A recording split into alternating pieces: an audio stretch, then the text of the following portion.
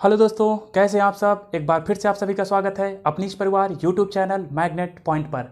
तो सबसे पहले आप सभी को महाशिवरात्रि की ढेर सारी शुभकामनाएं। और मैं भगवान भोलेनाथ से यही कामना करता हूं कि आपका उज्जवल भविष्य मंगलमय रहे और आप लोगों के एग्जामिनेशन वगैरह बेहतरीन तरीके से हों। ठीक है, तो चलिए ठीक है, हम लोग आज जो है बहुत बेहतरीन टॉपिक शुरू करने जा रहे हैं। जैसा कि आप लोगों को पता भी है कि हम लोगों ने पिछले टर्न पर एक चैप्टर स्टार्ट किया था जिसका नाम था क्या, जैव प्रौद्योगिकी और उसके अनुप्रयोग, यानी biotechnology and its application. Biotechnology and its application के बारे में हम लोग जो है ऑलरेडी 2-3 लेक्चर कवर कर चुके हैं और ट्रांसजेनिक पौधे कैसे जो है तैयार किए जाते हैं ये सारी बातें हम लोग कर चुके हैं। ठीक है, उसके बायोटेक्नोलॉजी के उपयोग भी हम लोगों ने देखा हुआ है। और जिन लोगों ने उन लेक्चरों को अटेंड ना किया हो तो उसका लिंक मैं आप लोगों को डिस्क्रिप्शन बॉक्स में प्रोवाइड करवा दूंगा, तो वहाँ से आप लोग जो चैनल में विजिट करके और उन लेक्चरों को जरूर देखें। ठीक है, क्योंकि जो भी लेक्चर आप लोगों को यहाँ पे इस टाइम दिए जा रहे हैं तो एग्जामिनेशन के पॉइंट ऑफ व्यू से, यानी बोर्ड के एग्जाम के और नीट के एग्जाम के पॉइंट ऑफ व्यू से बहुत ज़्यादा इंपॉर्टेंट क्वेश्चन है। ठीक है, तो इन चैप्टर टॉपिक हैं तो इन टॉपिकों को आप लोग जरूर कवर करें और कोई भी टॉपिक स्किप ना करें। ठीक है, तो चलिए ठीक है, हम लोग स्टार्ट करते हैं बिना किसी देरी के। ठीक है, तो आइए हम लोग बात करते हैं। यहाँ पे हम लोग आज जो बात करने वाले हैं, आज हम लोग बात करेंगे किसकी, ट्रांसजीनी या परजीवी पौधों के कुछ उदाहरण। ठीक है, अभी इसके पहले वाले लेक्चर में हम लोग ट्रांसजेनिक जो पौधे होते हैं कैसे जो है जीन के माध्यम से कैसे ट्रांसजेनिक पौधे तैयार किए जाते हैं, ये सारी बातें हम लोग ऑलरेडी कर चुके हैं। आज जो हम लोग बात करेंगे तो यहाँ पे हम लोग उदाहरण को कवर करेंगे। और ये जो उदाहरण है जो आप लोगों को, जैसे कि आप लोगों को गोल्डन राइस दिख रहा होगा, जिसे हम लोग क्या बोलते हैं, सुनहरा चावल बोलते हैं। देखिए आप लोगों को दिख रहा होगा। और इसके बाद आप लोग यहाँ पे देख लीजिए, जैसे आप लोगों का बीटी कपास हो गया, जिसे इंग्लिश में हम लोग क्या बोलते हैं, बीटी कॉटन बोलते हैं। तो ये बहुत ज़्यादा इंपॉर्टेंट कहीं ना कहीं क्वेश्चन है। ये आप लोगों के पॉइंट ऑफ एग्जाम के पॉइंट ऑफ व्यू से बहुत ज़्यादा इंपॉर्टेंट है। कहीं ना कहीं ये पूछे ही जाते हैं, कभी कभी 2 मार्क्स में पूछ लेता है, कभी कभी लॉन्ग क्वेश्चन भी पूछ लेता है। तो ये समझ लीजिए कि आप लोगों के एग्जाम में ये क्वेश्चन आने ही आने हैं। तो इसके लिए आप लोग क्या करिए, प्रिपेयर रहिए। और ये समझ लीजिए आप लोगों को मतलब ये क्वेश्चन आने ही आने। ठीक है, तो चलिए ठीक है, हम लोग स्टार्ट करते हैं बिना किसी देरी के। बात करते हैं यहाँ पे। देखिए क्या लिखा है, सुनहरा चावल। सुनहरा चावल क्या होता है भैया, गोल्डन राइस क्या होता है। गोल्डन राइस की अगर बात करें तो ऐसा चावल तैयार किया गया था, ऐसे जो है बायोटेक्नोलॉजी की मदद से, यानी with the help of biotechnology, ऐसे जो है चावल को तैयार किया गया था जिसमें भरपूर मात्रा में विटामिन हो सके, भरपूर मात्रा में जैसे स्टार्च वगैरह हो सके। तो ऐसे जो है चावल को, जैसे विटामिन ए जो पाई जाती है ना, जैसे सुनहरा जो चावल होता है विटामिन ए भरपूर मात्रा में पाई जाती है। तो ये चावल इसलिए ऐसा तैयार किया गया चावल ताकि जिन व्यक्तियों में विटामिन ए की कमी है तो उसकी रिक्वायरमेंट क्या की जा सके, पूरी की जा सके। इसीलिए साइंटिस्टों ने, यानी वैज्ञानिकों ने ऐसा चावल तैयार किया जिसका नाम है क्या, सुनहरा चावल। ठीक है, तो अब हम लोग यहां पे देखेंगे गोल्डन राइस के बारे में देखेंगे। सुनहरा चावल ओराइजा सटाइवा, इसका जो साइंटिफिक नेम होता है वो क्या होता है भैया, इसका साइंटिफिक नेम होता है ओराइजा सटाइवा। ओराइजा सटाइवा की परजीनी किस्म है। क्या भैया, ये परजीनी किस्म है। परजीनी किस्म का मतलब होता है भैया कि ऐसे जीन को हम लोग वहाँ पे इंटर करा देते हैं, ऐसे जीन को हम लोग उस पौधे में जो है ट्रांसफर कर देते हैं जिसमें क्या होता है, जैसे हमें चाहिए, जैसे हम लोग को जो चीज़ की रिक्वायरमेंट होती है, जैसे विटामिन ए वाले हमें चावल तैयार करने हैं तो ऐसे जीन को हम लोग उसके अंदर पौधे के अंदर इंटर करवा देते हैं। ठीक है, रूपांतरित कर देते हैं जिससे क्या हो सके कि भरपूर मात्रा में वो विटामिन ए का क्या कर सके, प्रोडक्शन कर सके, यानी बना सके। ठीक है, तो इसी को हम लोग क्या बोलते हैं, परजीनी, यानी दूसरा जीन हम लोग क्या करा देते हैं, कोई दूसरा जीन उस पौधे में क्या कर देते हैं, इंटर करवा देते हैं। और ऐसे पौधे ही क्या कहलाते हैं, जैव प्रौद्योगिकी पौधे कहलाते हैं या ट्रांसजेनिक पौधे कहलाते हैं। ठीक है, हालांकि ये सारी बातें आप लोगों को मैं पिछले लेक्चर में ऑलरेडी समझा चुका हूं। ठीक है, तो चलिए ठीक है, परजीनी किस्म, इसका सुनहरा रंग बीटा कैरोटीन। ये क्वेश्चन भी बहुत ज्यादा पूछा जाता है कि सुनहरा चावल का जो सुनहरा रंग होता है वो किसकी वजह से होता है भैया, वो होता है बीटा कैरोटीन नामक प्रो विटामिन ए के वर्णक की उपस्थिति में। ठीक है, वर्णक का मतलब ये बोले तो क्लोरोफिल। क्लोरोफिल देखिए मैं आप लोगों को बता दूं, वर्णक जो होते हैं बहुत तरह के वर्णक होते हैं, जैसे बीटा कैरोटीन हो गया, जेंथोफिल हो गया। ठीक है, और ए क्लोरोफिल हो गया, बी क्लोरोफिल हो गया। तो ऐसे बहुत सारे क्या होते हैं, क्लोरोफिल पाए जाते हैं, यानी वर्णक पाए जाते हैं। और इन्हीं वर्णकों की वजह से, जैसे पत्तियों का हरा होना, ये किसकी वजह से होता है, कौन से वर्णक का होता है, जैसे क्लोरोफिल ए क्लोरोफिल बी की वजह से होता है। ठीक है, तो ये सारी बातें आप लोगों को ऑलरेडी पता होंगी कि किस वर्णक की वजह से कौन सा रंग होता है। यहाँ पे हम लोग बात करेंगे जो सुनहरा रंग होता है चावल का, वो सुनहरा रंग किस वर्णक की वजह से होता है, वो होता है भैया बीटा कैरोटीन नामक प्रोविटामिन ए वर्णक की वजह से। ठीक है, क्या इसका आंसर क्या होगा, बीटा कैरोटीन प्रोविटामिन ए वर्णक की वजह से सुनहरे चावल का सुनहरा रंग होता है। ठीक है, यह बात आप लोगों को याद रखनी है। 1 मार्क्स में क्वेश्चन बहुत ज्यादा आप लोगों के बोर्ड एग्जाम में पूछा जाता है। इसके बाद अगर हम लोग बात करें कि उपस्थिति के कारण होता है, यह वर्णक विटामिन ए का संश्लेषण करता है। भैया किसका संश्लेषण करता है?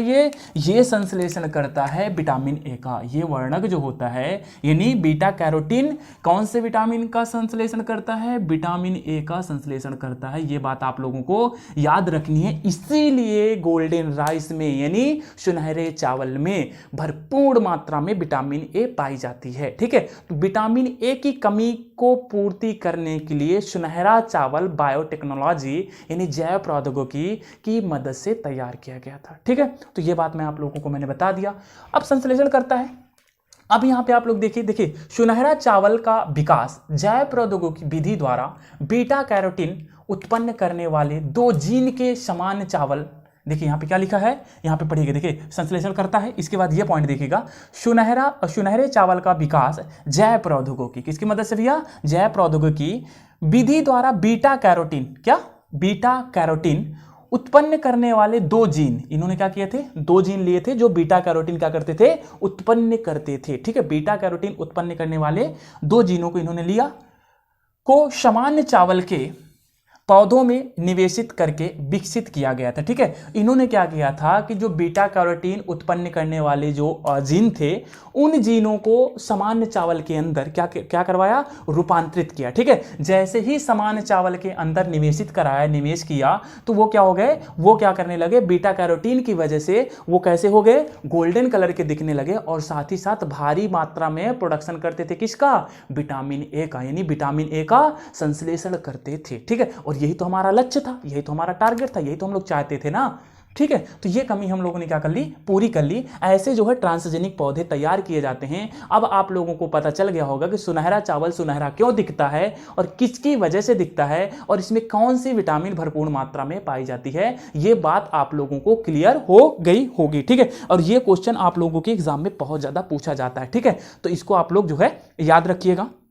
अब हम लोग बात करेंगे हम लोग यहाँ पे देखेंगे। देखिए उन दोनों जीनों के नाम मैंने लिख रखा है। कौन सा है? जो पहला जीन था उसको हम लोग साई के नाम से जानते हैं, PSY साई। ठीक है, जिसको हम लोग क्या बोलते हैं? इसका जो फुल फॉर्म होता है, साई का जो फुल फॉर्म होता है मैं बता देता हूँ अभी आप लोगों को। पी से मीन्स क्या होता है? फाइटोइन, और साई से मीन्स क्या होता है? सिंथेटेज। फाइटोइन सिंथेटेज डैफोडिम, क्या? डैफोडिम। इसका जो जीन का नाम है, थोड़ा सा जीन आप लोगों को क्रिटिकल लग रहा होगा। ठीक है, लेकिन ऐसा है नहीं। हालांकि 2-3 बार जब आप लोग इसको पढ़ेंगे ना तो ऑटोमेटिक क्या हो जाएगा? तैयार हो जाएगा। तो इसको हम लोग कौन से जीन, किस जीन से जानते हैं? फाइटोन सिंथेटेज, जिसको हम लोग क्या बोलते हैं? डैफोडिम। दूसरा जो दूसरा जीन होता है उसको हम लोग क्या बोलते हैं? CRTL यानी कैरोटीन डिस्टूरेज। क्या बोलते हैं भैया? कैरोटीन डिस्टूरेज, कैरोटीन डाइसैचुरेज, या इसको हम लोग क्या बोलते हैं? इसको अगर हम लोग यहाँ पे बात करें CRTL की बात करें तो इसको हम लोग क्या बोलते हैं? कैरोटीन सैचुरेज बोलते हैं इसको। ठीक है, और कुछ लोग इसको डिसैचुरेज के प्रोनाउंसिएट करते हैं, कुछ लोग इसको क्या बोलते हैं? अगर सही देखा जाए तो डाइसैचुरेज लिखा है। ये क्या लिखा है? कैरोटीन डाइसैचुरेज बोलते हैं इसको। ठीक है, तो इसको आप लोग को याद रखना है। जो पहला वाला जो जीन है उसको हम लोग बोलते हैं फाइटिन सिंथेटेज और दूसरे वाले को हम लोग बोलते हैं कैरोटीन डाइसैचुरेज। ठीक है, अब इसके बाद हम लोग देखें भूमि में पाए जाने वाले जीवाणु। अब जो भूमि में, जो जमीन में जीवाणु पाया जाता था उस जीवाणु का क्या नाम था? उस जीवाणु का नाम था भैया ये इरवाइनिया। क्या नाम था? इरवाइनिया यूरेडोरा। क्या नाम था भैया? क्या नाम था? इरवाइनिया यूरेडोरा। क्या नाम था? आप लोग फिर से बोलिएगा, मेरे साथ बोलिएगा।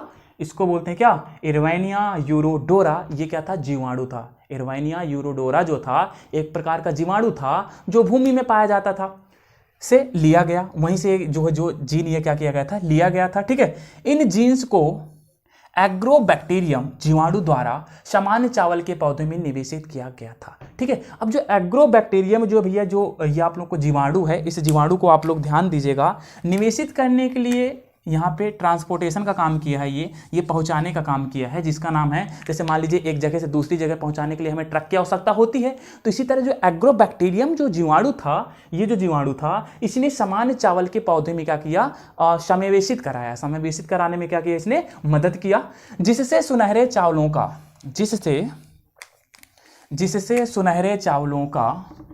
चावलों का विकास उन क्षेत्रों में उपयोग के लिए किया गया था जिन क्षेत्रों में लोगों के खाने में विटामिन ए की क्या थी, कमी थी। विटामिन ए की कमी को पूर्ति करने के लिए ही सुनहरा चावल को उत्पन्न किया गया था, यानी सुनहरा चावल का निर्माण किया गया था। ऐसे ट्रांसजेनिक पौधे तैयार किए गए थे जैव प्रौद्योगिकी की मदद से। ठीक है, तो अब आप लोगों को पता चल गया होगा कि जो ट्रांसजेनिक पौधा यानी जो सुनहरा चावल तैयार किया गया था, उसका क्या एम था, क्या उसका जो है मतलब कहीं ना कहीं क्या उसका लक्ष्य था। तो उसका लक्ष्य ये था कि ऐसे क्षेत्र, जिन क्षेत्रों में विटामिन ए की कमी थी लोगों के खाने में, उस कमी को पूर्ति करने के लिए सुनहरा चावल तैयार किया गया।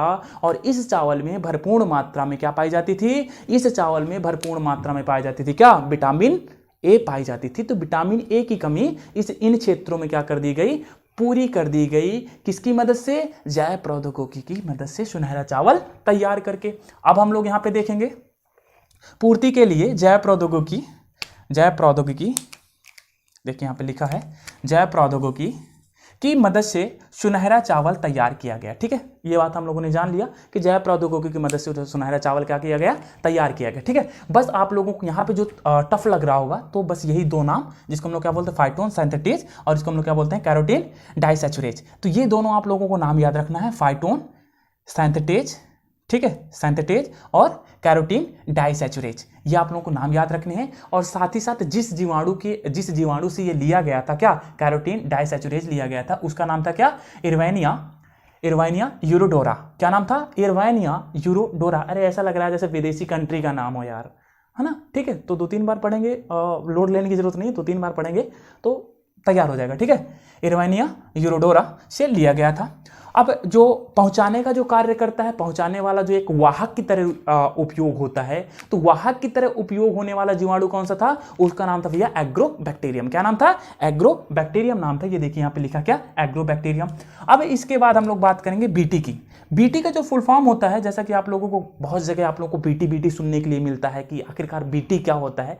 बीटी कुछ नहीं होता भैया, एक प्रकार का जीवाणु होता है जिसको हम लोग क्या बोलते हैं, बैसिलस थोरेंजेनेसिस। क्या बोलते हैं, bacillus thuringiensis. This is a bacteria, ये शॉर्ट फॉर्म में बीटी लिखा रहता है। ठीक है, तो बीटी कॉटन आप लोगों ने सुना होगा, बीटी कपास।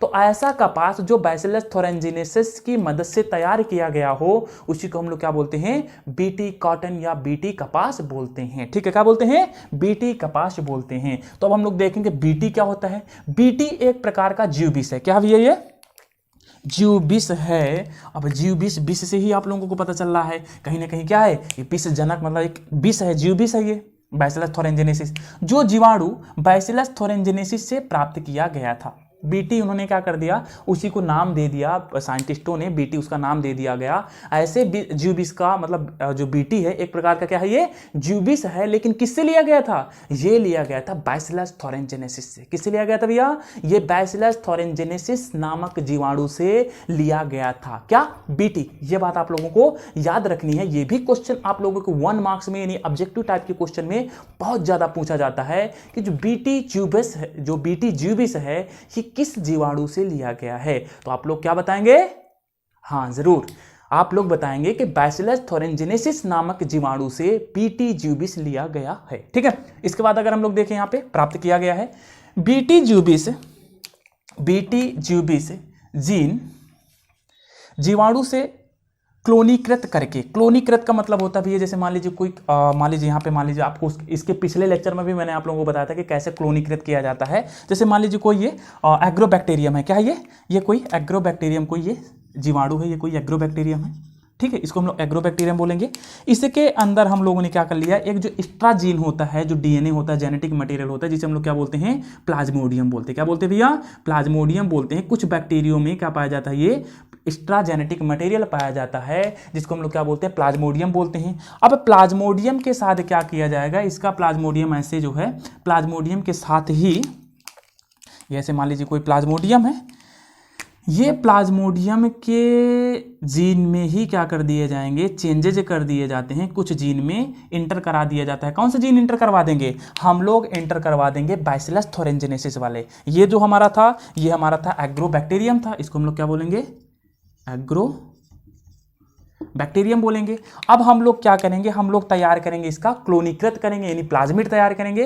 प्लाज्मिड में हम लोग क्या करेंगे, कुछ जीन ले लेंगे, किसके, बैसिलस थोरेंजिनेसिस के, यानी हम लोग क्या ले लेंगे, बीटी ले लेंगे, ज्यूबिस ले लेंगे, और इसमें क्या करवा देंगे, इसके जीन में क्या करवा देंगे, ऐसे इंटर करवा देंगे। और इसी प्लाज्मिड को ले करके हम लोग, जो चावल है ना, ये चावल का प्लांट है, मान लीजिए सपोज ये कोई धान का है, ठीक है, ये धान है, ठीक है, तो इसी प्लांट में हम लोग क्या करवा देंगे, इस प्लाज्मिड को इंटर करवा देंगे। अब इससे जो प्रजाति तैयार होगी उसी को हम लोगों ने क्या बोला था, सुनहरा चावल। सुनहरा चावल नहीं, जैसे हम लोग ये जो बीटी वगैरह है, तो सुनहरा चावल में तो यूज नहीं होता, ये जैसे कपास वगैरह है, मतलब जैसे कपास वगैरह में क्या होता है कि जैसे कीड़े वगैरह लग जाते हैं, तो कीड़ों को मारने के लिए यहाँ पे मुझे चावल ना बना करके मैं बना देता हूँ कोई, ये कपास का प्लांट है। किसका प्लांट है, ये कपास का कोई पौधा है, ये कोई कपास का पौधा है, ठीक है, ऐसे सपोज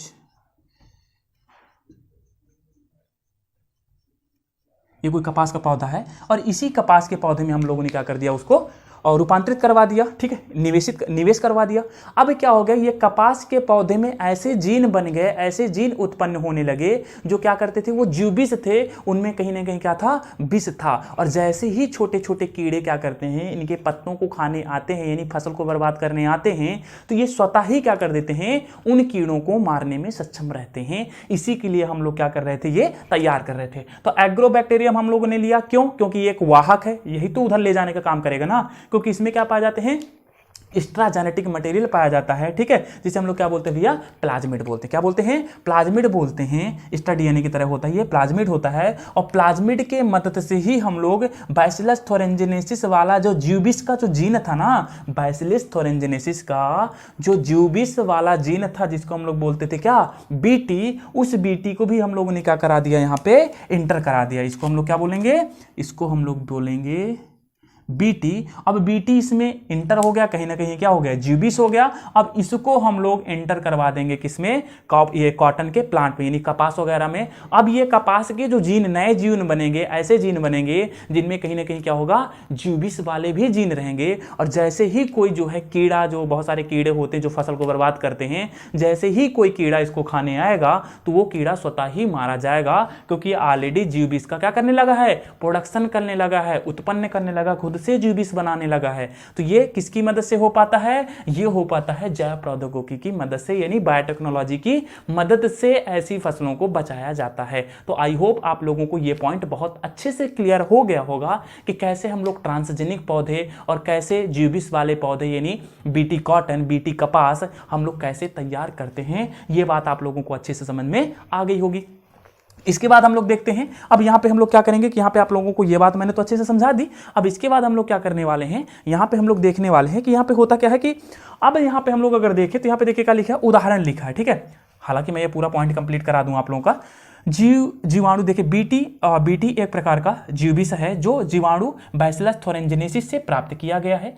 बीटी ज्यूबिस जीन जीवाणु से क्लोनीकृत, यही जो अभी हम लोग क्या कर रहे थे, इसी को हम लोग, इस प्रोसेस को क्या बोलते हैं, क्लोनीकृत बोलते हैं। क्लोनीकृत करके तैयार किया गया है, जो पौधों में कीटों के प्रति, क्या भैया, किसके प्रति, कीटों के प्रति, मैं अभी यही बात तो आप लोगों को बता रहा था, किसके प्रति, कीटों के प्रति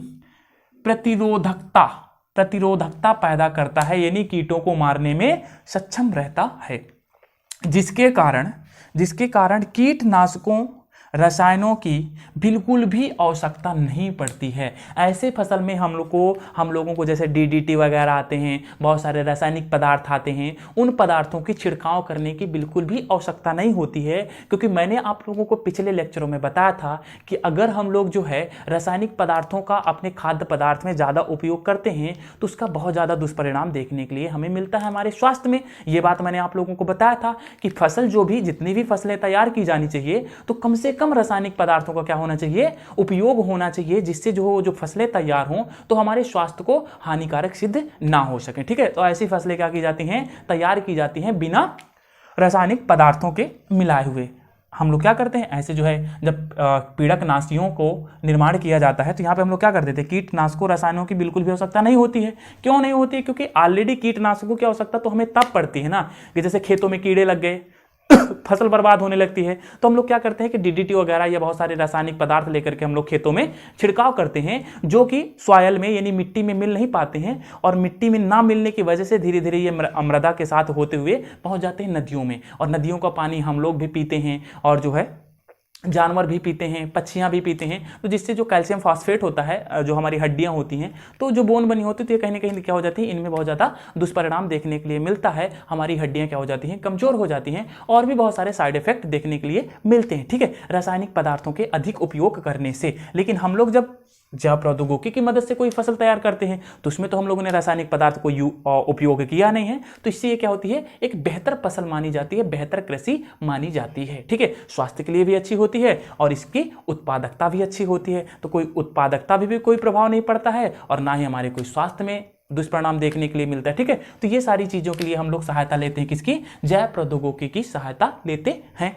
अब इसके बाद अगर हम लोग देखें यहाँ पे भैया, तो हम लोग क्या करेंगे, कुछ उदाहरण देखेंगे, जैसा कि आप लोगों को यहाँ पे दिख रहा होगा, एक बीटी कपास, जिसे हम लोग क्या बोलते हैं भैया, बीटी कपास। यही मैं आप लोगों को अभी बीटी कपास वाला ही प्रोसेस समझा रहा था, आई होप आप लोगों को समझ गया होगा, इससे हम लोगों को समझ गए होंगे, ठीक है। अब बीटी मक्का भी हम लोग ऐसे तैयार करते हैं, जैसे प्रोसेस ये होता है ऐसे हम लोग क्या करते हैं, बीटी मक्का तैयार करते हैं, धान तैयार करते हैं, जैसे आप लोग गोल्डन सुनहरा चावल देखें, ठीक है, धान तैयार करते हैं, टमाटर तैयार करते हैं, धान हो गया, टमाटर हो गया, आलू हो गया, और भी बहुत सारी फसलें तैयार की जाती हैं, किसकी मदद से, जैव प्रौद्योगिकी की मदद से, ठीक है।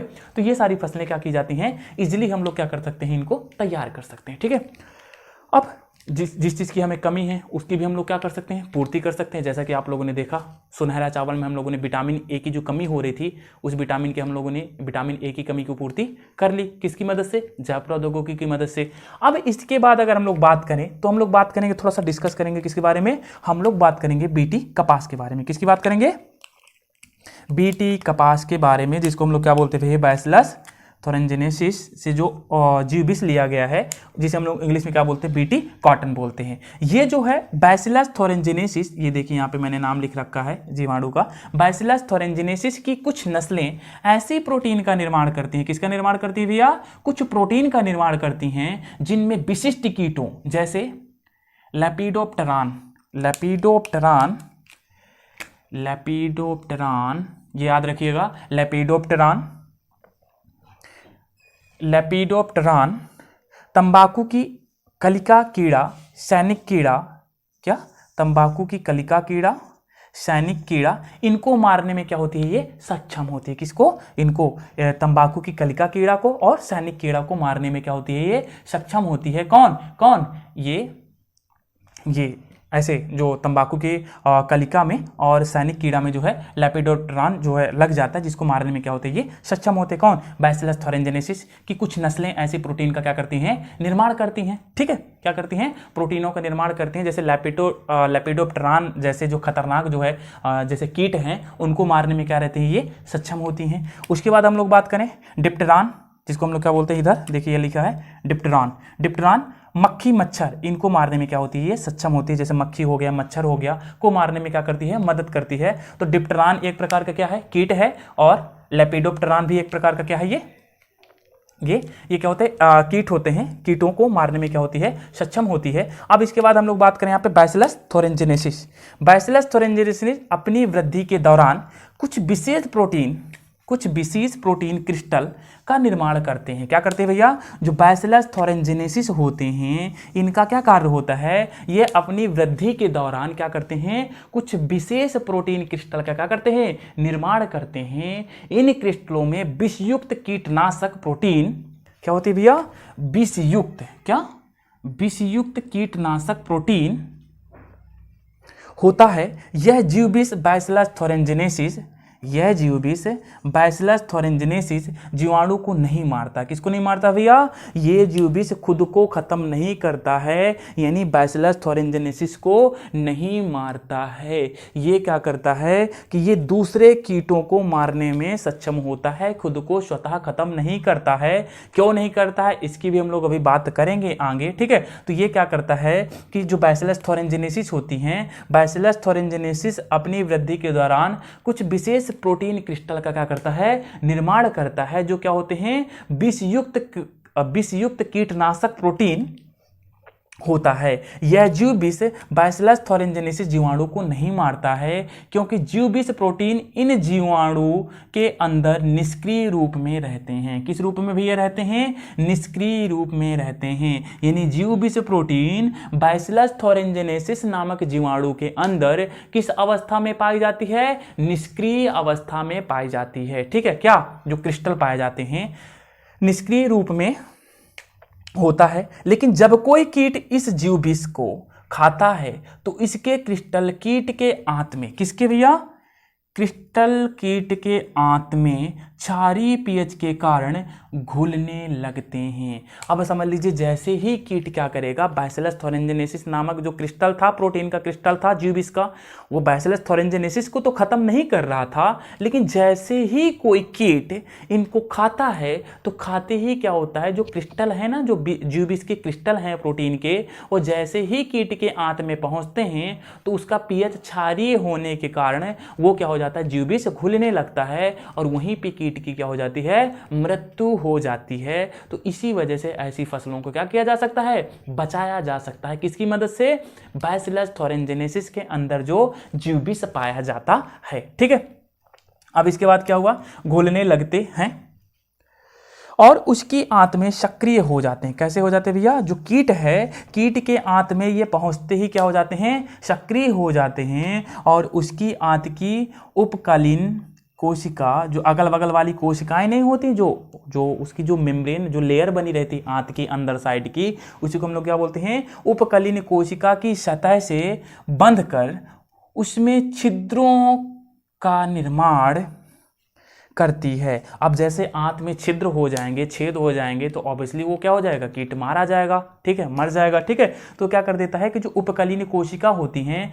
उपकलीन कोशिकाओं में क्या करते हैं, वो बंध बना लेते हैं, जुड़ जाते हैं और जुड़ने के बाद उसमें क्या करने लगते हैं, छिद्र करने लगते हैं। ठीक है, छिद्र करती हैं, जिसके कारण कोशिकाएं फूल कर फट जाती हैं। क्या हो जाती है भैया, कोशिकाएं फूल करके फट जाती हैं, जिस कारण कीट की क्या हो जाती है, मृत्यु हो जाती है। बेचारा कीट क्या किया गया, मारा गया। किसकी वजह से, बैसिलस थोरेंजेनेसिस के अंदर जो जीव विष प्रोटीन के क्रिस्टल पाए जाते थे, वो कीट के आंत में पहुंचते ही पीएच क्षारीय होने के कारण वो घुल गए वहीं पे, और घुलने के बाद उसकी आंत की सतह से जुड़ करके और उसकी आंत में क्या कर दिए, छिद्र कर दिए, जिसके कारण उसकी आंत क्या हो गई, फूल करके मोटी हो गई और बेचारा कीटाणु यानी सॉरी जो कीट था वो क्या हुआ, मारा गया। ठीक है, ये बात आप लोगों को आई होप समझ में आ गई होगी।